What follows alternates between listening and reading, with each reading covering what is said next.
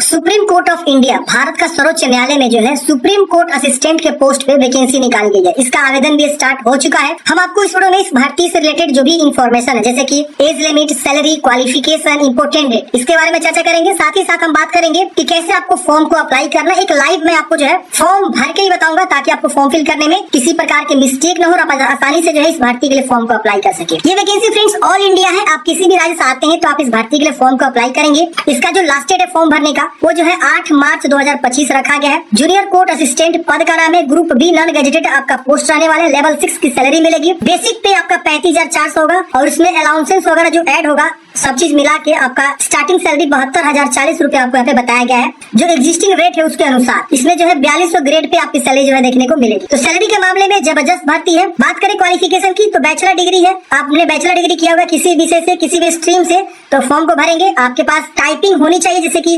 35 word पर minute English में आपके पास टाइपिंग स्पीड यहाँ पे मांगी गई है। हिंदी टाइपिंग की रिक्वायरमेंट नहीं है, सिर्फ आपको इंग्लिश टाइपिंग 35 वर्ड पर मिनट होनी चाहिए। और नॉलेज ऑफ कंप्यूटर चलाने का नॉलेज भी होना चाहिए। उम्र 18 से 30 वर्ष रखा गया है, जो कि 8 मार्च 2025 को काउंट किया जाएगा। SC ST OBC को और विकलांग को, एक्स सर्विसमैन को, डिपेंडेंट ऑफ फ्रीडम फाइटर को एज में जो छूट होता है, अपर एज में जैसे 3 साल का, OBC को, SC ST को 5 साल का, विकलांग को 10 साल का, वो छूट यहाँ पे आपका लागू होगा। यहाँ पे जो एग्जामिनेशन की बात कही गई है फ्रेंड्स, सबसे पहले आपका ऑब्जेक्टिव टाइप क्वेश्चन होगा। इसके बाद से आपका जो है यहाँ पे कंप्यूटर का भी क्वेश्चन होगा, जो कि 25 क्वेश्चन होंगे। 2 घंटे का समय आपको मिलेगा। इसके बाद आपका टाइपिंग टेस्ट होगा। जो ऑब्जेक्टिव क्वालिफाई करेंगे वो टाइपिंग के लिए कॉल लेटर जारी होगा। टाइपिंग 10 मिनट का होने वाला है। इसमें आपका 3% जो है मिस्टेक अलाउ किया गया है। इसके बाद से डिस्क्रिप्टिव टेस्ट होगा, जो कि आपका 2 घंटे का होगा, जिसमें आपका कंप्रीहेंशन, पैसेज, इसके बाद से प्रीसेस राइटिंग एंड एसे राइटिंग रहेगा, जो कि 2 घंटा का होगा। और उसके बाद से आपका लास्ट में इंटरव्यू यहाँ पे होने वाला है। तो ये आपका सिलेक्शन प्रोसेस हो रहा है। पूरे ऑल इंडिया में आपको 128 टेस्ट सेंटर बनाए गए हैं, पूरे 28 राज्य में, जो कि यहाँ पे आपको टेस्ट सेंटर जो है नीचे में आपको दिखाया गया है। आप हर एक राज्य से आते हैं तो हर एक राज्य में आपको टेस्ट सेंटर मिलेगा। आप देखेंगे तो बिहार में, उड़ीसा में, झारखंड में, असम में, हर जगह पे आपको टेस्ट सेंटर बनाएंगे। ऐसा नहीं है कि सुप्रीम कोर्ट ऑफ इंडिया के बहाली तो आपको दिल्ली में एग्जाम देना है, ऐसा नहीं है। आप जहाँ चाहे वहाँ अपना टेस्ट सेंटर ले सकते हैं। फॉर्म भरते समय शायद आपसे पूछा जाएगा। मैं अभी आपको बता देता हूँ कैसे फॉर्म भरना है। फॉर्म भरने का फी की बात करें तो 1000 रुपए आवेदन शुल्क है जनरल OBC कैंडिडेट्स के लिए, और 250 रुपए SC ST, एक्स सर्विसमैन और विकलांग पर्सन और फ्रीडम फाइटर के कैंडिडेट्स है, उनको जो यहाँ पे 250 रुपए आवेदन शुल्क यहाँ पे देना होगा। तो ये फ्रेंड्स जो है आपका आवेदन का जो है फी रहने वाला है। इंपोर्टेंट डेट अगेन मैं बताता हूँ, 8 मार्च 2025 से फॉर्म भरने का लास्ट डेट रात को 11:55 तक आप फॉर्म को अप्लाई कर सकते हैं। अब देखिए फॉर्म भरने के लिए आप सुप्रीम कोर्ट के ऑफिशियल साइट पे आएंगे तो यहाँ पे आपको ये लिंक मिलेगा, link to submit online application form. इस पे क्लिक करेंगे और ये देखिए नीचे में डिटेल नोटिफिकेशन मिलेगा। इस पे क्लिक करेंगे तो डिटेल नोटिफिकेशन भी आपको देखने को मिल जाएगा। आप यहाँ पे क्लिक करेंगे, जो यहाँ लिंक दिया गया तो एक PDF आएगा, PDF के अंदर एक लिंक मिलेगा। इस पे क्लिक करेंगे तो आपका आवेदन फॉर्म इस प्रकार से आ जाएगा। अब यहाँ पे आप देखेंगे तो इंपोर्टेंट डेट भी दिया गया है और यहाँ रजिस्ट्रेशन का ऑप्शन दिया गया है, यहाँ लॉगिन का ऑप्शन दिया गया है और यहाँ यूजर मैनुअल का गाइडलाइंस दिया हुआ है कि आपको फॉर्म कैसे भरना है। इसका पूरा गाइडलाइंस एक बार आप अच्छे से जो है फॉर्म भरने से पहले समझ लेंगे। यहाँ पे व्हाइट बैकग्राउंड का जो है पासपोर्ट साइज फोटो आपको बोला गया, रिसेंट 3 वीक से ज्यादा ओल्ड नहीं होना चाहिए। और यहाँ पे बोला गया आपका फोटोग्राफ का साइज और यहाँ सिग्नेचर का गाइडलाइंस दिया हुआ है। यही सब गाइडलाइंस आपको देखना होता है फ्रेंड्स। और SC ST OBC है, विकलांग है, तो उसके लिए जो भी स्क्रीन कॉपी सर्टिफिकेट होगा वो आपको रिक्वायरमेंट यहाँ पे अपलोड करना होगा। ये सारी इन्फॉर्मेशन आप एक बार यहाँ से जरूर चेक कर लेंगे। अब समझते हैं कैसे फॉर्म को भरना है। तो देखिए फॉर्म भरने के लिए यहाँ आपको रजिस्टर का ऑप्शन मिलता है, यहाँ लॉगिन का ऑप्शन मिलता है। तो आप रजिस्टर वाले ऑप्शन पे क्लिक करेंगे तो सबसे पहले आपका रजिस्ट्रेशन का जो है ऑप्शन खुल के आएगा। तो पहले आपको रजिस्ट्रेशन करना होगा और फिर आपका जो फॉर्म भरना होगा। तो रजिस्ट्रेशन करते वक्त यहाँ पे देखिए आपसे मांगा जा रहा है पोस्ट का नाम, तो पोस्ट एक ही है, आप चूज कर लेंगे। अच्छा, कितने नंबर ऑफ वैकेंसी है ये मैं आपको बताया। देखिए नंबर ऑफ वैकेंसी की बात करें तो यहाँ पे जो है 241 पदों पे वैकेंसी पूरे ऑल इंडिया में। तो कंपटीशन काफी तगड़ा होने वाला है। 241 वैकेंसी यहाँ पे निकाली गई है। अब यहाँ पे अपना नाम लिखेंगे तो अपना mobile number, confirm mobile number, दूसरा मोबाइल नंबर देना चाहते दीजिए और मैसेज छोड़ दीजिएगा। ईमेल एड्रेस यहाँ लिखेंगे, कंफर्म ईमेल एड्रेस, और जनरेट OTP पे क्लिक करेंगे तो आपके उस मोबाइल ईमेल पे OTP जाएगा। कोई सा भी OTP आपका करेंगे वेरीफाई करेंगे। तो चलिए हम यहाँ जनरेट OTP पे क्लिक करते हैं। जनरेट OTP पे क्लिक करते हैं, देखिए इस प्रकार से आपके पास कैप्चा कोड आएगा भरने के लिए। जैसे यहाँ पे लिखा हुआ है वो आप यहाँ पे लिख के सबमिट करेंगे ना तो OTP जाएगा। देखिए यहाँ पे सबमिट मैंने किया, यहाँ पे OTP ईमेल और मोबाइल दोनों पे भेजा गया। आप ओके करेंगे। ओके करते ही आप अपना मोबाइल वाला या ईमेल वाला, दोनों में से कोई सा भी OTP आप क्या करेंगे यहाँ पे फिल करेंगे, उसके वजह से वैलिडेट करेंगे, आपका OTP वैलिडेट हो जाएगा। OTP वैलिडेट होती है फ्रेंड्स। अब यहाँ पे आपको एग्री करना है, इस कैप्चा कोड को भर के रीवेरीफाई पे क्लिक करना है। रीवेरीफाई पे क्लिक करते हैं, यहाँ पे देखिए आपका सारा जानकारी शो होता है। जानकारी को वेरीफाई करिए, फिर इन सबको टिक करिए और यहाँ सबमिट का ऑप्शन मिलेगा, सबमिट करेंगे। सबमिट करते हैं फ्रेंड्स, आपका यहाँ पे रजिस्ट्रेशन जो है कंप्लीट हो जाता है। अब आपको यहाँ पे जो है तुरंत आपके ईमेल पे एक रजिस्ट्रेशन ID पासवर्ड भी भेज दिया जाता है, ताकि आप फ्यूचर में उसे लॉग इन कर सके। तो उसे आप नोट करके रखेंगे। मेल को चेक करेंगे तो आपके पास एक रजिस्ट्रेशन ID और पासवर्ड पासवर्ड भी जनरेट हो गया रहेगा। हालांकि यहाँ एप्लीकेशन नंबर भी आपको मिल जाता है, आप यहाँ नोट कर लेंगे। अब यहाँ कॉर्नर पे लॉग आउट और गो टू एप्लीकेशन का ऑप्शन मिलता है। गो टू एप्लीकेशन पे क्लिक करेंगे, आपका एप्लीकेशन फॉर्म अब यहाँ पे खुलना स्टार्ट हो जाएगा। कुछ इस प्रकार से देखिए प्रोसेसिंग लेगा, 100% तक आप वेट करेंगे और यहाँ पे आपका ये प्रोसेसिंग हो रहा है। अब देखिए यहाँ पे खुल गया। अब यहाँ पे आपको देखेंगे इस तरह से जो है 4 ऑप्शन मिलेंगे, चारों जो है स्टेप को आपको कंप्लीट करना है प्रॉपर अच्छे से। अब यहाँ पे आपको अपना जेंडर बताना है, male female, date of birth की चॉइस करनी है, आप जो है इंडियन सिटीजन होने चाहिए, टिक करेंगे। अपना कैटेगरी आप चुनाव करेंगे, अगर आप ओबीसी है तो ओबीसी, SC/ST है तो SC/ST, जनरल है तो जनरल। हाँ आए देखिए ये सेंट्रल लेवल की जॉब है फ्रेंड्स, तो आप अपना जाति प्रमाण पत्र फॉर्म भरने से पहले बनवा के रखेंगे, क्योंकि जब आपका DV होगा ना तो उस समय वेरीफाई करा जाता है कि आप दीजिए अपना डॉक्यूमेंट्स कि आप जो है किस आधार पे फॉर्म भरे थे, तो आपको जो है बताना होगा, डॉक्यूमेंट्स देना होगा। तो ओरिजिनल सर्टिफिकेट संभाल के रखेंगे फॉर्म भरने से पहले। जाति जो भी आपका मैट्रिक, इंटर है, ग्रेजुएशन है, जो आपका टाइपिंग है, कंप्यूटर है, आगे हम देखेंगे क्या क्या मांगा जा रहा है, वो सब आपको लगेंगे आगे चल के। अब यहाँ पे आपको अपना विकलांगता के बारे में बताना है, अगर है तो यस करेंगे, नहीं है तो आप इसे नो कर दीजिएगा। अब यहाँ पे एक सर्विसमैन के बारे में पूछा जा रहा है, एक सर्विसमैन है तो यस करेंगे वरना नो करेंगे। डिपेंडेंट फ्रीडम फाइटर है तो यस करेंगे वरना नो करेंगे। फिर यहाँ पे अपना फादर्स नेम, यहाँ पे मदर्स नेम, यहाँ पे आप मैरिड है कि अनमैरिड है, यहाँ पे आपको बताना होगा। अगर मैरिड है तो मैरिड, अनमैरिड है तो अनमैरिड।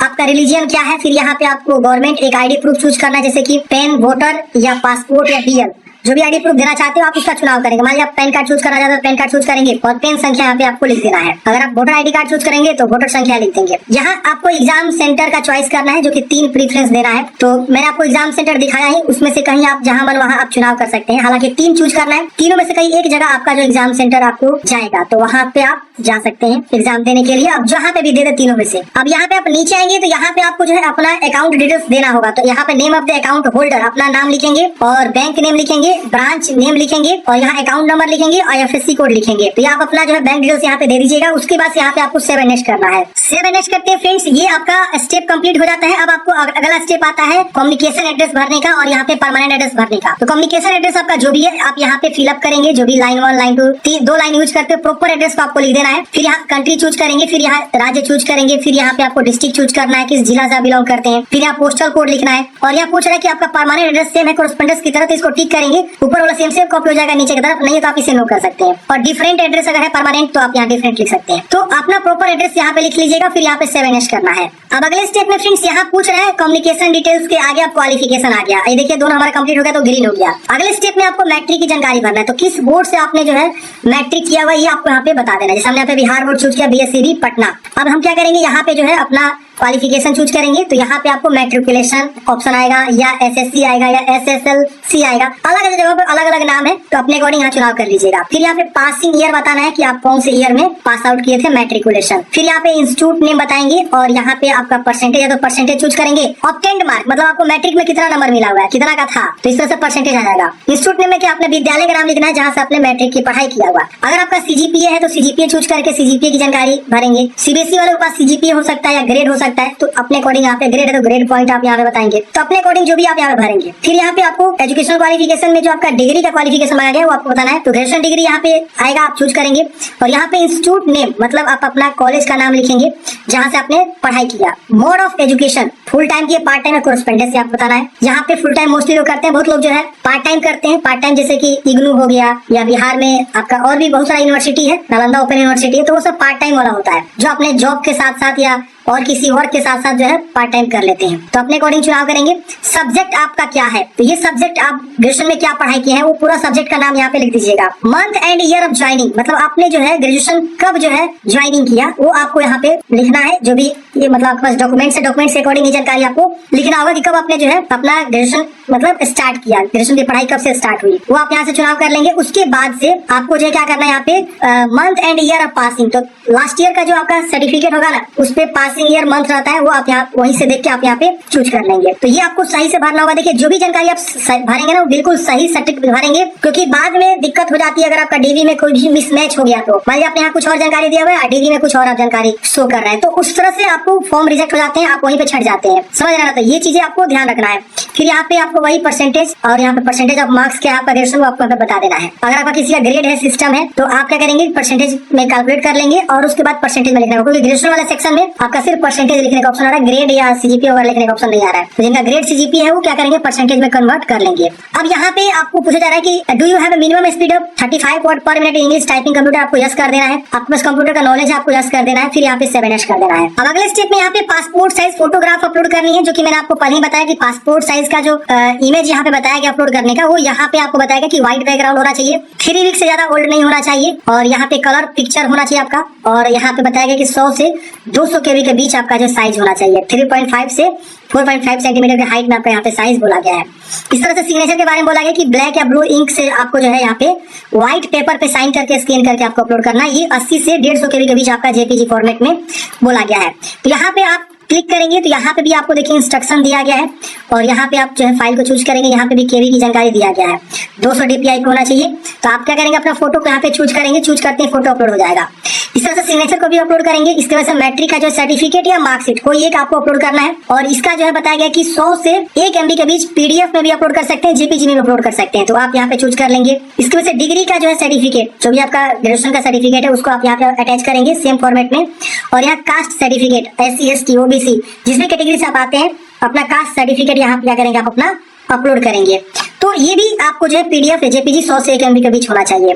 ये सबको अपलोड करके उसके बाद यहाँ पे आपका आवेदन शुल्क शो करता है, और इसके आप देख लेंगे। फिर इन सबको जो है एग्री करके कैप्चा कोड भरना है और प्रीव्यू करना है। प्रीव्यू एक बार चेक करना है सही से कि आपका सारा जानकारी सही नहीं है, अगर उसमें कुछ भी गलती है तो उसको सुधारे करेंगे, नहीं गलती है तो आप यहाँ पे सबमिट करेंगे। तो चलिए फ्रेंड्स, हम यहाँ पे सभी डॉक्यूमेंट्स को अटैच कर दिया है। अब यहाँ करते हैं सबमिट। सबमिट करते हैं बोल रहा है please view photograph before submit. मतलब क्या, ये जो भी आपने फोटोग्राफ अपलोड किया इसको पहले आप व्यू करके देखिए, सारा चीज को व्यू करके क्लिक करके देखना होगा। जब इसे क्लिक नहीं करेंगे आगे ये फॉर्म सबमिट नहीं होगा। तो हम क्या करेंगे, इस पे क्लिक करके जो है इन सबको देख लेंगे बारी बारी से। देखिए हमने यहाँ पे देख लिया, क्लोज कर देंगे, फिर हम इसको देखेंगे, क्लोज करेंगे, फिर इसको देखेंगे, क्लोज करेंगे, ऐसे करके सबको देखना होगा, और फिर कैप्चा कोड भर के सबमिट करना होगा। सबमिट करते हैं यहाँ पे इंस्ट्रक्शन आएगा, इंस्ट्रक्शन को पढ़ के एग्री करेंगे, एग्री करते ही आपका फॉर्म सबमिट हो जाएगा।